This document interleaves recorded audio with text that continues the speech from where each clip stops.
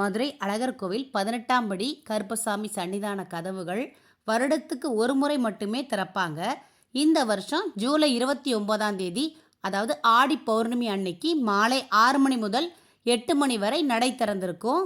சந்நிதியின் கதவுகள் திறப்பதை பார்க்கவும், கருப்பணசாமியின் தரிசனத்தை பார்க்கவும் ஆயிரக்கணக்கான பக்தர்கள் வருவாங்க. வருஷத்தில் 364 நாட்களும் இந்த கோயிலின் கதவுகள் மூடப்பட்டே தான் இருக்கும். இந்த கதவு திறக்கும் போது படி பூஜை, சந்தன சாத்துதல், அரிவாள் சாத்துதல், தீபாராதனை போன்ற நிறைய விசேஷங்கள் நடைபெறும். இந்த சந்நிதியில் கருப்பசாமிக்கு அப்படின்னு தனியாக சிலை கிடையாது.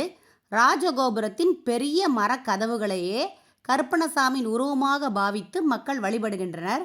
இந்த கதவுக்கு சந்தனம் பூசி மாலை அணிவித்து பூஜை நடக்கும். இந்த 18ஆம் படி கருப்பணசாமி சன்னிதானத்தின் கதவுகள் ஆன்மீக ரீதியாகவும் வரலாற்று ரீதியாகவும் மிகுந்த மர்மமும் சக்தியும் கொண்டவை. ஏன்னா இந்த கதவே கருப்பன். இந்த கதவுக்கு முன்னால் நின்று பொய் சத்தியம் செய்தால் கடுமையான தண்டனை கிடைக்கும் அப்படின்றது மக்களின் அசைக்க முடியாத நம்பிக்கை.